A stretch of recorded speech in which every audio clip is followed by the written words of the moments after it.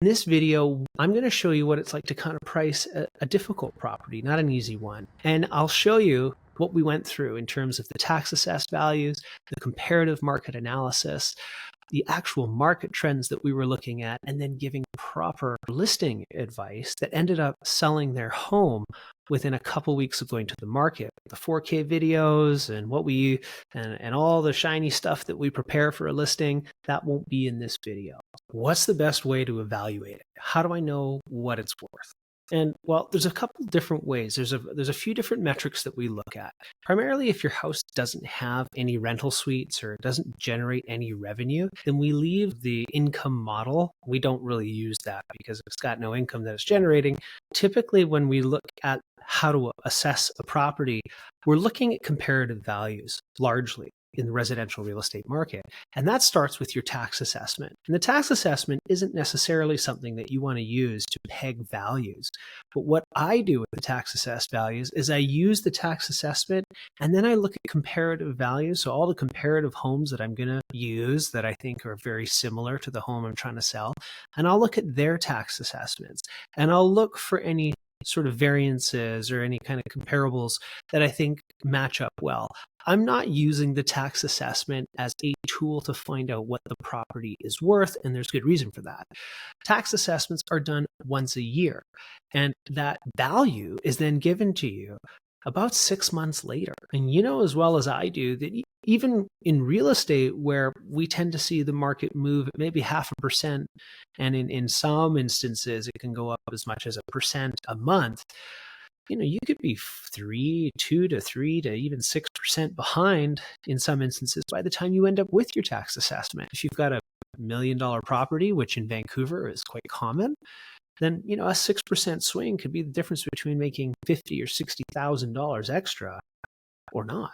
So using your tax assessment is important because in any market, a buyer's agent, if it works for them and it feeds their narrative, they're going to use it. And so having some comparative tax assessments that you can use to defend that is important. 2, let's talk about the comparative market analysis, otherwise known as a CMA. The CMA is a really important tool. Understanding what other people are prepared to pay for similar houses in that neighborhood, making adjustments for the size or the age or the location of the lot, is it a corner lot or not. These are all things that we take into account when we're looking at the property. And I'm going to go through that in detail here with an example that I sent to a client earlier this year about a property that they had. All right, and of course we got 560 Hawks. Sorry, one sec. Let me just. I don't need to see that much of me. So going over your tax assessed value here, seems a little on the high side for a 1-bedroom. It's also kind of misrepresented. It's actually 1,056 square feet. Nevertheless, this is a really unique property. It's got super cool patio. If I recall, the ceilings are like 18, 20 feet high, stamped concrete corner unit, tons of history, converted building, so a really special property. And honestly, guys, when you look at like the averages and things like that, it's really hard to find something quite as unique as this, as I'm sure you know. I did take a look at it. I think we're a little bit lower than the tax assessed value, mainly because it's currently set up as a 1-bedroom. I think if it was set up as a 2-bedroom, we might have a different conversation here. And that may be food for thought for later on, but generally speaking here, looking at somewhere between 1.25 to 1.35 is kind of where I think things would fall for this property. I think a little bit on the higher side because it's so unique, because there's nothing like it. However, because of its uniqueness, I would only sell this property in a really hot market to try and maximize its value. And generally speaking, it's a harder property for the buyer pool because it's only a 1-bedroom, right? So taking that into account, yeah, we're still looking at probably $1,250-ish a foot kind of thing for this property, which would put you around the numbers I talked about. So all said and done, between this one, 11th, and your primary residence, you guys are sitting on close to $1 million, if not just over $1 million worth of equity that you've built in the last 3 years. So that's pretty cool. And job well done. The next thing we're going to look at are market trends. So it's one thing to look at the comparative value in terms of what other property is selling for in the neighborhood, It's also important to understand where you are in the cycle of real estate. Real estate moves in cycles. It doesn't just constantly go up. Typically, it follows an interest rate cycles. When you historically look back in Vancouver real estate, you've got somewhere between 6 to 8 years of positive growth, and that can be 1 to 2% or as high as 10, 12. We've seen even 15, 18, 20% in some instances. And you can see that happen in 1 year, or you can see that happen over the course of 6 to 8 years. Anyways, the point I'm getting at is real estate typically will appreciate for those 6 to 7 years, and then it'll adjust for 2 to 3 years after that. And you'll want to know if you're adjusting downwards in price as a result of that. Where do you find yourself within that interest rate cycle? Because as rates begin to come down and money flows out with less friction, people will spend more on a property than they otherwise would have. The other big caveat here that you're not seeing is if you pay attention to the Canadian 5-year government bonds, which I spend particularly close attention to. And in the last week, with the failure of Silicon Valley Bank, which I'm sure you're familiar with, we saw 5-year Canadian government bonds drop from 3.6% down to 2.89% in 3 days. That was the biggest drop in 5-year Canadian government bonds in 27 years. The 5-year Canadian government bonds are the best indicator or best leading indicator for 5-year fixed mortgage rates.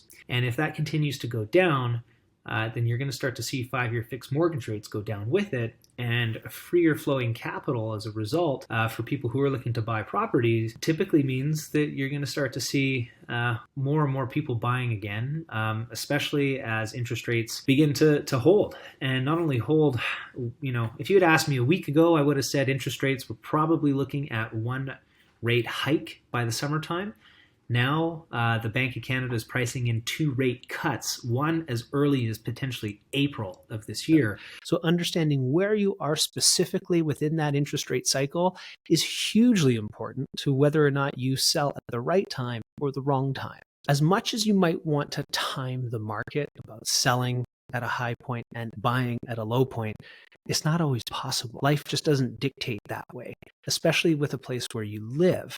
So to treat it kind of like a stock is difficult to do. It's a very illiquid asset in that respect. I always try and tell people that it's your time in the market. It's your ownership. Going long on real estate has proven to be, time and time again, a very good store of values. If you're looking for wealth preservation, wealth growth, and you're looking for a low risk environment, typically real estate is a very good vehicle for that. Lastly, understanding and absorbing all of this information with the right listing strategy. That strategy is largely around pricing. No amount of marketing dollars will sell an overpriced property, at least not to a responsible buyer. In an upward moving marketplace, sometimes people will put some of these principles to the side in lieu of making money quickly. But I would caution you against that, especially with real estate, where some of these legacy issues like easements or having restrictive covenants on your property may inhibit what you can actually do with the property. So if you don't turn over all of the issues with the property before you buy it, it could really hurt you and set you back as opposed to setting you up. So please sit back and watch as I take you through what I think are some of the most important metrics to evaluate on your listing. So looking at the average sale price here, 1.4 and kind of 1.67.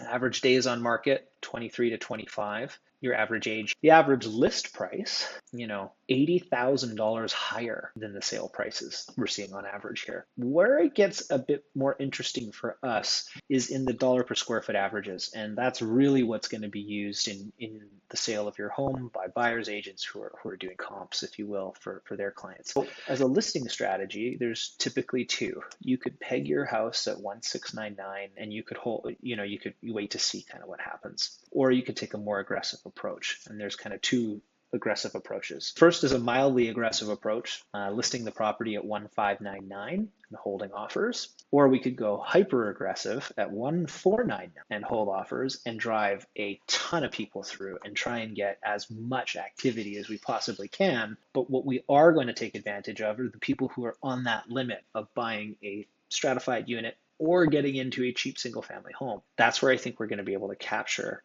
that 1.675 to 1.7 kind of buyer.